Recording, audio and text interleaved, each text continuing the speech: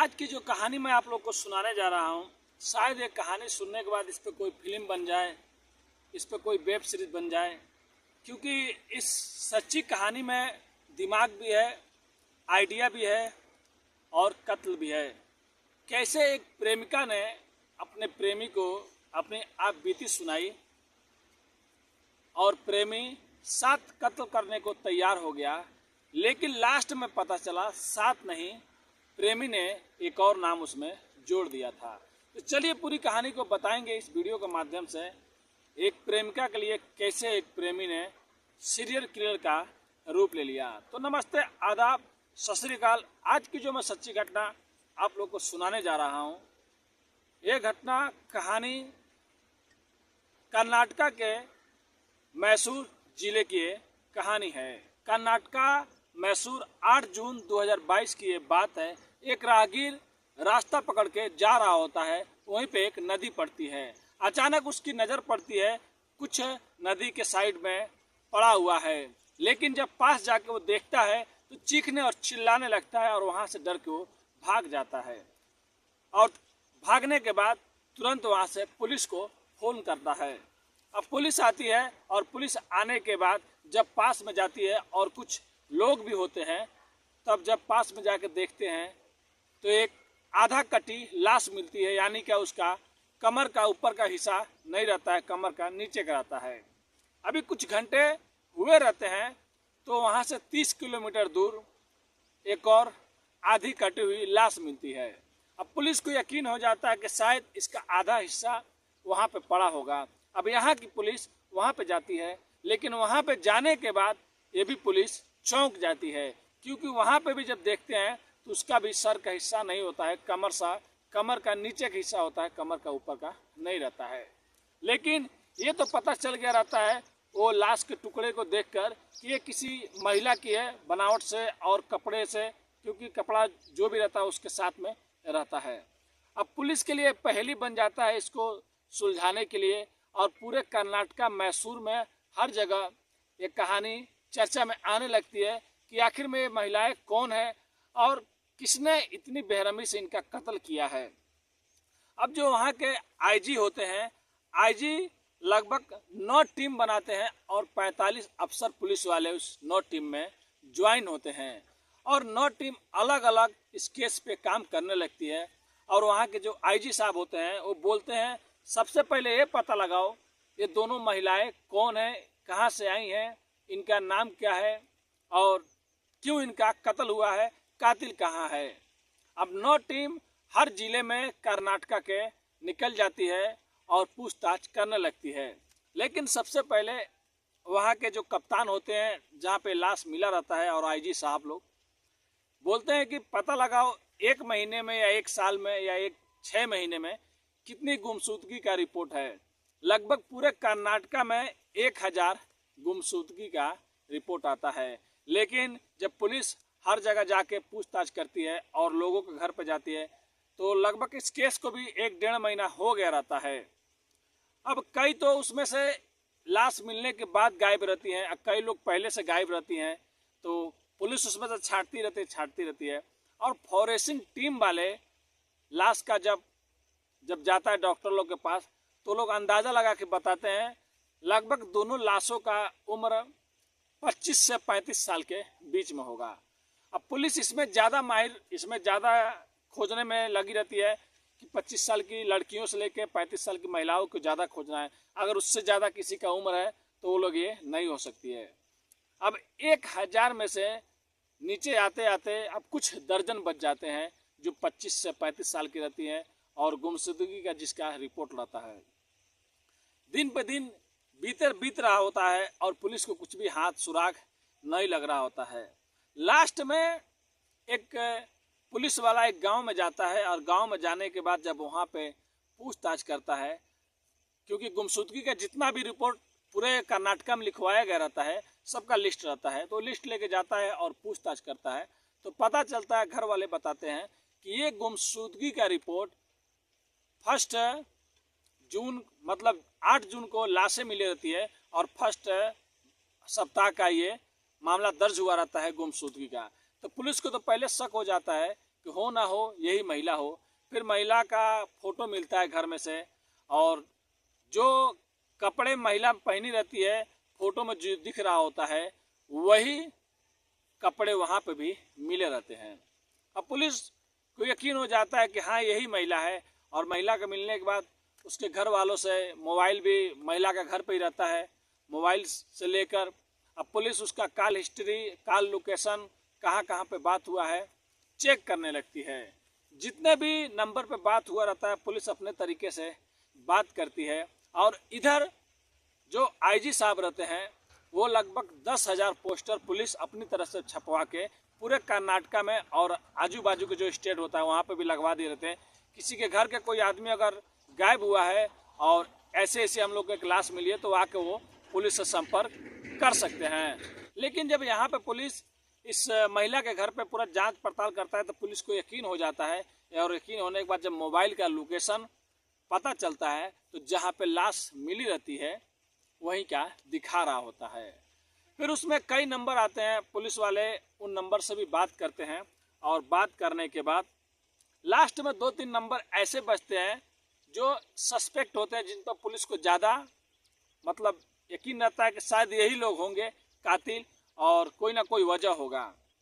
3-4 में एक शख्स रहता है, जब पुलिस उसको फ़ोन करती है तो वो इधर उधर की बातें करने लगता है, लेकिन पुलिस उसके नंबर का लोकेशन पता करती है तो 1 जून जिस दिन लाश मिला रहता है उसका मोबाइल का लोकेशन भी उसी एरिया में जगह पे दिखा रहा होता है जहाँ पे लाश मिली रहती है।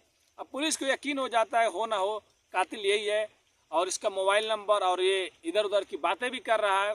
अब पुलिस जाती है और उसको वहाँ से उठा लेती है। अब जब पुलिस उसको उठा के थाने लेके आती है और उससे पूछताछ करती है तो पहले तो वो कुछ नहीं बताता है, लेकिन बाद में जब वो चीज़ बताता है तो पुलिस भी सुन के हैरान हो जाती है।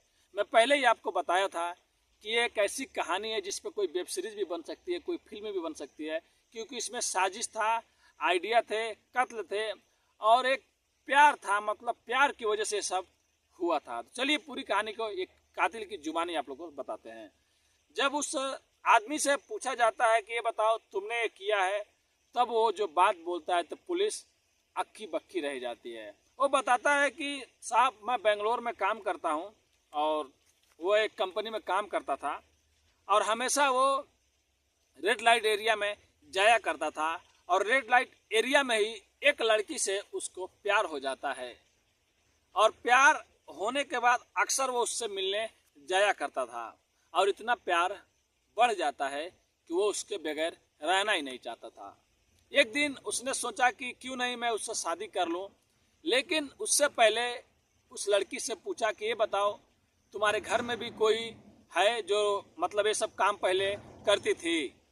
वो लड़की रोने लगती है और अपने आशिक को सब बात बताने लगती है। बताती है नहीं, मैं बहुत अच्छे घर से हूँ और थोड़ा हम लोग गरीब हैं, मैं अपने घर को कुछ कमा के देना चाहती थी, कुछ काम करना चाहती थी। गांव की कुछ महिलाएं और कुछ आदमी लोग बोले चलो तुमको हम लोग नौकरी लगवा देंगे, अच्छा काम करोगी, घर पे भी पैसा भेजोगी, लेकिन वो लोग ला के मेरे को यहाँ पे जिसमें फरोशी के धंधे में डाल दिए। और बाद में मैंने उनका जब विरोध किया तब वो लोगों ने बोला कि तुम्हारे घर पे हम लोग बता देंगे, तुम कहीं पे भी मुंह दिखा नहीं सकती हो, उससे अच्छा है कि चोरी चुप तुम यहाँ पे काम करो और अपने घर जाओ आया करो। अब बेचारी महिला का मजबूरी हो गया, उस लड़की का वो काम करती रहती थी। ये सब बात सुनने के बाद उसका जो आशिक रहता है, जो आदमी रहता है, वो रोने लगता है और उस लड़की से और ज़्यादा प्यार करने लगता है कि शायद कोई ऐसी है जिसे मैं चाहता था, और उसने अपनी सारी बात सच्चाई मेरे सामने रख दी। अब वहीं वो अपने प्रेमिका के सामने बोलता है कि तुम्हारे साथ जितने लोग भी गलत किए हैं तुम बताओ उनका नाम क्या है और कितने लोग थे। वो लड़की बताती है 4 महिलाएं हैं, 3 आदमी, कुल मिला के 7 हैं। तब वो खड़ा होता है और बोलता है कि अब मैं वो करूँगा जो कोई नहीं किया होगा। उसके बाद उसको लेके वहाँ से वो चला जाता है, और 4 महिलाओं में से एक महिलाएं वही काम करती थी रेड लाइट एरिया में। सबसे पहले उस महिला को बुलाता है और बुलाने के बाद गला घोंटकर उसको मार देता है, और मारने के बाद उसको ले जाकर कहीं काट कर फेंक देता है, और वो लड़की भी उसका साथ देती है। अब ये होने के बाद पहला कत्ल हो जाता है, और पहला कत्ल होने के बाद फिर वो लोग बेंगलोर से मैसूर मांदी आ जाते हैं। यहाँ पे आने के बाद फिर एक दिन दूसरी महिला को घर पे वो बुलाती है, और दूसरी महिला का भी ये आधा कटिंग कर देता है, और ऊपर का हिस्सा कहीं और फेंक देता था, नीचे का हिस्सा कहीं और फेंक देता था। यानी कि 1 महीने के अंदर इसने 3 कत्ल किया, और 3 कत्ल करने के बाद चौथा कत्ल करने वाला था। और पुलिस 2 खून के मामले में उसको पकड़ी थी, लेकिन उसने तो 3 कहानियां बता दी कि एक बेंगलोर में हुआ था और 2 मैंने यहाँ पे किया था। अब पुलिस बेंगलोर फोन करती है और पूछताछ करती है कि वहाँ पे भी कुछ दिनों पहले कोई महिला का लाश मिला हुआ था क्या। अब वहाँ का भी पुलिस बोलती है हाँ, यहाँ पे एक महिला का लाश मिला हुआ था, और पता नहीं चल पाया कि महिला कौन है, और आधा ही मिला था, आधा हिस्सा नहीं मिला था। अब उसके बाद उसको यकीन हो जाता है कि 3 है। तब पुलिस वाले पूछते हैं ये बताओ अब चौथा कत्ल तुम किसका करने वाले थे। तब वो बताता है कि साहब 3 तो मैंने कर दिया, पहला कत्ल किया तो मैं डर रहा था, बेंगलोर में था, तो दूसरा जब कत्ल किया तो मेरे को और हिम्मत आ गया, मैं अपने प्रेमिका के साथ में कत्ल करता था और बाइक पे बैठाता था और लाश को लाके ठिकाने लगा दिया करता था। जब मैं 3 कर दिया तो मेरे अंदर से डर खत्म हो गया। अब मैं अपने आप को सीरियल किलर समझने लगा जो पकड़ा नहीं जाता है, और वो सीरियल किलर की कहानियाँ बहुत सुना करता था।